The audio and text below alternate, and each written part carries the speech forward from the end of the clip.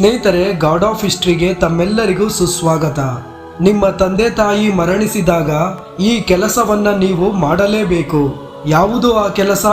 ಮೃತ ಶರೀರವನ್ನ ಅಗ್ನಿಯಲ್ಲಿ ದಹಿಸಿದ ನಂತರ ಅದರ ತಲೆಬುರುಡೆಯನ್ನ ಒಡೆಯಲೇಬೇಕು. ಏಕೆ? ತಲೆಬುರುಡೆಯನ್ನ ಒಡೆಯದಿದ್ದರೆ ಏನಾಗುತ್ತದೆ ಗೊತ್ತಾ? ಗರುಡ ಪುರಾಣ ಧರ್ಮಕಾಂಡದಲ್ಲಿರುವ ಈ ಮಾಹಿತಿ ಪ್ರತಿಯೊಬ್ಬರೂ ತಿಳಿದುಕೊಳ್ಳಲೇಬೇಕಾದ ಅವಸರವಿದೆ. ಹಾಗಾಗಿ ಗಮನವಿಟ್ಟು ಕೇಳಿ.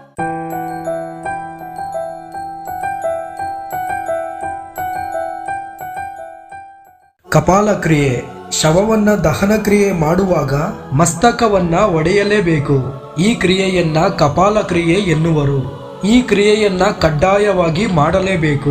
ವಿವಾಹಿತರ ಮಸ್ತಕಗಳನ್ನ ಕಾಷ್ಟದಿಂದ ಹೊಡೆಯಬೇಕು. ಅವಿವಾಹಿತರ ಮಸ್ತಕಗಳನ್ನ ತೆಂಗಿನ ಮರದ ಪಟ್ಟೆಗಳಿಂದ ಹೊಡೆಯಬೇಕು.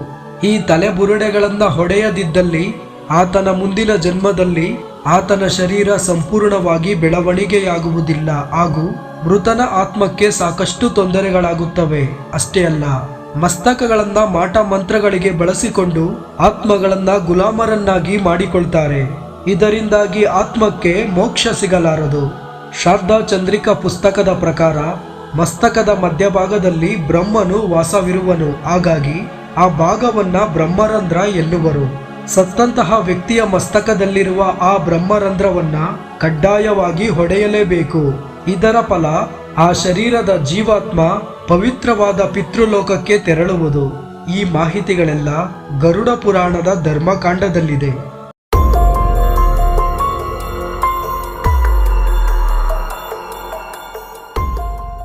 ನಿಮ್ಮ ತಂದೆ ತಾಯಿ ಮರಣಿಸಿದಾಗ ನೀವು ಈ ಕಾರ್ಯವನ್ನ ಮಾಡಲೇಬೇಕು. ನಿಮ್ಮ ತಂದೆ ಅಥವಾ ತಾಯಿಯ ಮೃತ ಶರೀರವನ್ನ ಮಂಚ ಮತ್ತು ಪಲ್ಲಂಗದ ಮೇಲೆ ಮಲಗಿಸಬಾರದು. ಏಕೆಂದರೆ ದುಷ್ಟ ಪ್ರೇತಾತ್ಮಗಳು ಮೃತ ಶರೀರಕ್ಕೆ ಸೇರಿಕೊಳ್ಳುತ್ತವೆ. ಹಾಗಾಗಿ ಶವ ಮಲಗಿಸುವ ಜಾಗವನ್ನ ಮೊದಲು ಗುಡಿಸಿ ಸ್ವಚ್ಛಗೊಳಿಸಬೇಕು. ನಂತರ ಆ ಜಾಗದಲ್ಲಿ ಗೋಮಯವನ್ನ ಸಾರಿಸಿ ಅದರ ಮೇಲೆ ಕುಶವನ್ನ ಚೆಲ್ಲಿ ಅದರ ಮೇಲೆ ಶ್ವೇತ ವಸ್ತ್ರವನ್ನ ಹರಡಬೇಕು. ಇದು ಮೃತ ಶರೀರಕ್ಕೆ ರಕ್ಷಾ ಕವಚವಾಗಿದೆ. ಅಂತಿಮವಾಗಿ ಮೃತ ಶರೀರವನ್ನ ಇದರ ಮೇಲೆ ಮಾತ್ರ ಮಲಗಿಸಬೇಕು.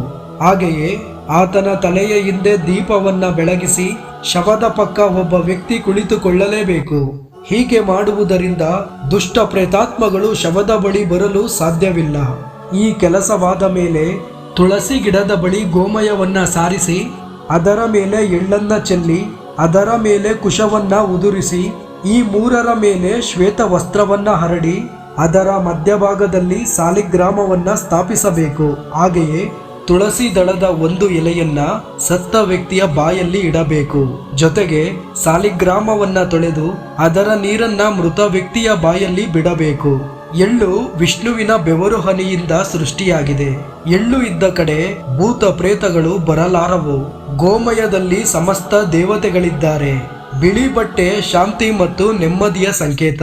ಕುಶ ವಿಷ್ಣುವಿನ ರೋಮಗಳಿಂದ ಸೃಷ್ಟಿಯಾಗಿದೆ. ಹಾಗಾಗಿ ಇವೆಲ್ಲ ಮರಣ ಹೊಂದಿದ ವ್ಯಕ್ತಿಗಳನ್ನ ದುರ್ಗತಿಯಿಂದ ಕಾಪಾಡಿ ಮೋಕ್ಷ ಹೊಂದಲು ಸಹಾಯ ಮಾಡುವುದು. ಗರುಡ ಪುರಾಣದ ಪ್ರಕಾರ ಮಕ್ಕಳಾದ ನೀವು ನಿಮ್ಮ ತಂದೆ ತಾಯಿ ಮರಣಿಸಿದ ಮೇಲೆ ಈ ಕಾರ್ಯವನ್ನ ಕಡ್ಡಾಯವಾಗಿ ಮಾಡಲೇಬೇಕೆಂದು ಗರುಡ ಪುರಾಣ ಎಚ್ಚರಿಸಿದೆ. ಇದಿಷ್ಟು ಇಂದಿನ ಸಂಚಿಕೆಯ ವಿಶೇಷವಾಗಿದೆ. ಮುಂದಿನ ಸಂಚಿಕೆಯಲ್ಲಿ ಮತ್ತೆ ಭೇಟಿಯಾಗೋಣ. ಎಲ್ಲರಿಗೂ ಶುಭವಾಗಲಿ.